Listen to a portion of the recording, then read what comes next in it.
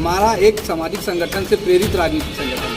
हम अपने मानव मूल्यों से और अपनी विचारधारा से ही लोगों को प्रभावित कर सकते हैं। बाद समय नहीं है और कोई विकल्प नहीं है। माननीय कांशीराम के बाद केवल चंद्रशेखर आजाद ही एकमात्र इस समय विकल्प है।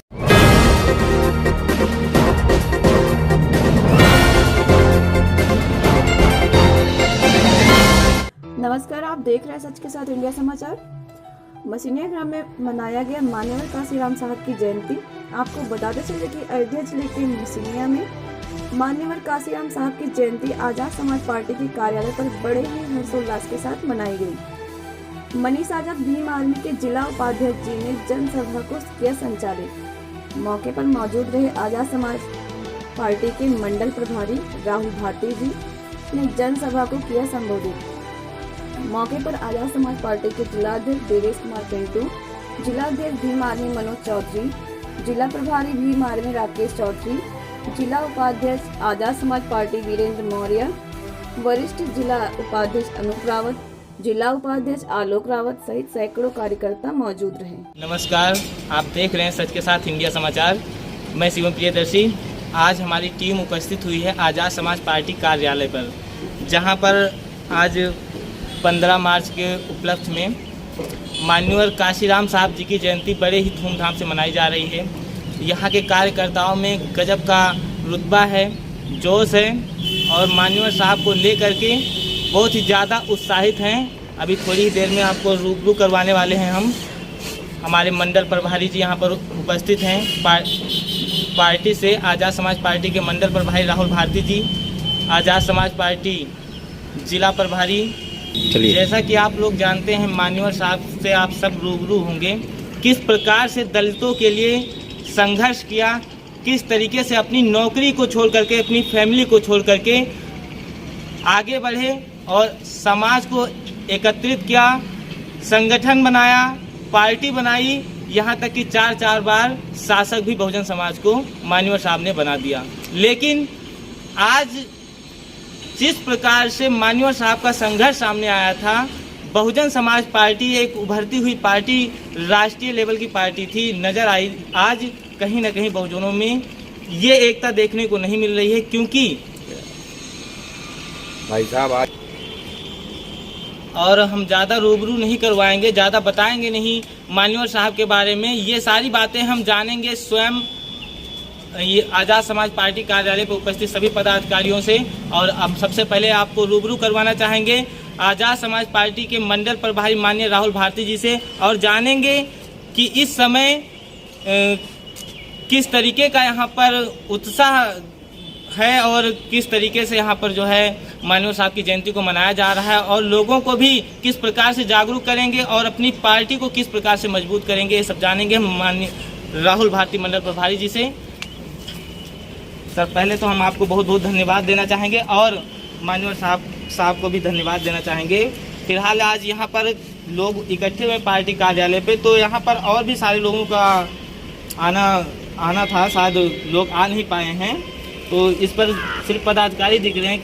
क्या वजह? आप लेट हो गए थे, सभी लोग यहाँ पे आए थे और कार्यक्रम का समापन हुए कम से कम आधा घंटा हो चुका है। माननीय जिलाध्यक्ष महोदय भी अभी जा चुके हैं, पहले भी सभी लोग थे, तो आप लेट हो गए हैं। पार्टी कार्यालय पे हम लोग बैठे रहते हैं और सारी चर्चाएं होती रहती हैं, इसी वजह से आपको जो भी लोग दिख रहे हैं। और बाकी जयंती हम लोग सुबह मना चुके हैं मान्यवर साहब की, और आज पार्टी का स्थापना दिवस है, इसलिए भी हम लोग लंबी चर्चा करेंगे, इस पर बैठेंगे। मतलब ऐसा लोगों का मानना है, हमने सुना है काफ़ी जगहों पर, तो इसके बारे में आप क्या कहना चाहेंगे? देखिए, जो लोग ये कह रहे हैं कि हमें केवल भीम आर्मी में रहना चाहिए था और राजनीतिक दल नहीं बनाना चाहिए था, तो इसका परिणाम आप ये देख रहे हैं कि हमारा जो राजनीतिक दल है उसकी आप अभी बात छोड़ दीजिए, जो वर्तमान में बहुजन समाज का जो राजनीतिक दल है उसका आप इस पिछले 4 बार से आप सन 2012 देखिए, 2014 देखिए, 2019 देखिए, 2017 देखिए, 2022 देखिए,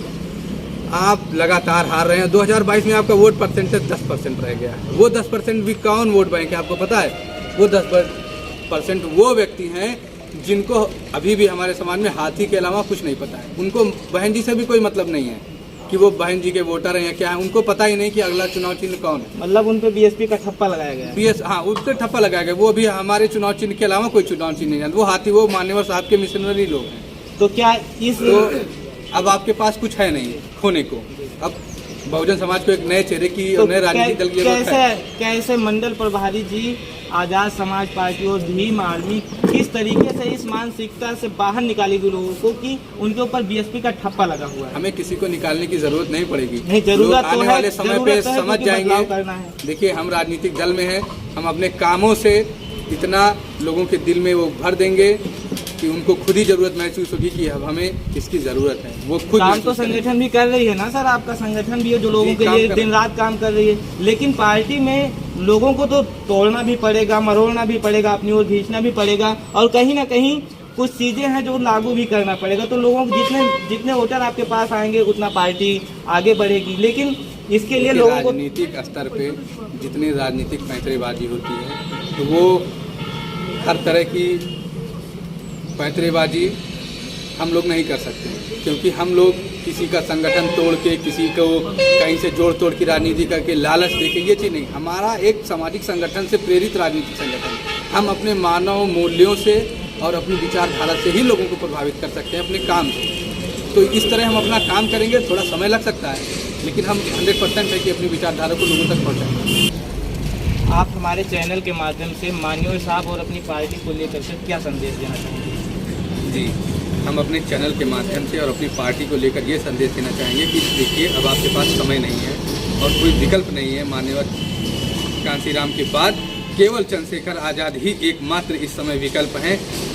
आपको जिनका साथ देना होगा, क्योंकि चंद्रशेखर भाई बहुजन समाज के वो सूरज हैं जो इस टाइम चाहेंगे कि देखिए, अब आपके पास समय नहीं है और कोई विकल्प नहीं है। मान्यवर कांसीराम के बाद केवल चंद्रशेखर आज़ाद ही एकमात्र इस समय विकल्प हैं।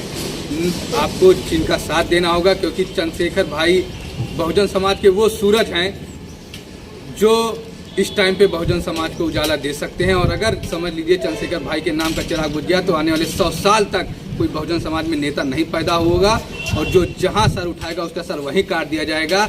ये विरोधी मानसिकता इतनी खतरनाक है इस टाइम पे, अगर आप इसका सामना अभी खड़े होकर नहीं करेंगे तो आप बहुत तेज चले जाएंगे।